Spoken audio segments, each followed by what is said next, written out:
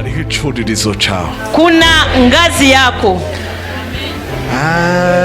mbarira umuti wumvise hariho icuririzo cawe. Mwambie mwenzako umesikia kuna ngazi yako. Yakobo ngo abona uhoraho ari hejuru yacu. Yakobo akaona Mungu yuko juu yake. Amaso yiwe yashika kuri ico curirizo. Kwenye macho yake ilikuwa yabona hejuru hari Imana ihafashe. Alikuwa anaona juu Mungu ndiye anashikilia. Bwana pewe sifa. Hari abantu bagerageza kuza guhenura icuririzo cawe. Kuna watu wanajaribu kuangusha ngazi yako. Kuko batabona ugifashe. Ajili hawaone ni nani anashikililia. Naho batamubona, ingawa hawamuoni, ndavuze ngo ariho. Ninasema yupo. Ukuduga kwawe gufiswe n'Imana mu maboko. Kupanda kwako Mungu ndiye anayo. Promotion yawe ifiswe n'Imana mu maboko. Promotion yako Mungu. Gutera imbere kwawe gufiswe n'Imana mu maboko.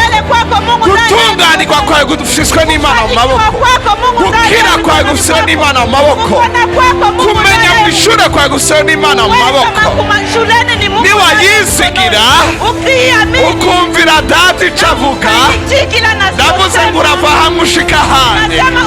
Data yavuze ngo iyi ni yubile yawe.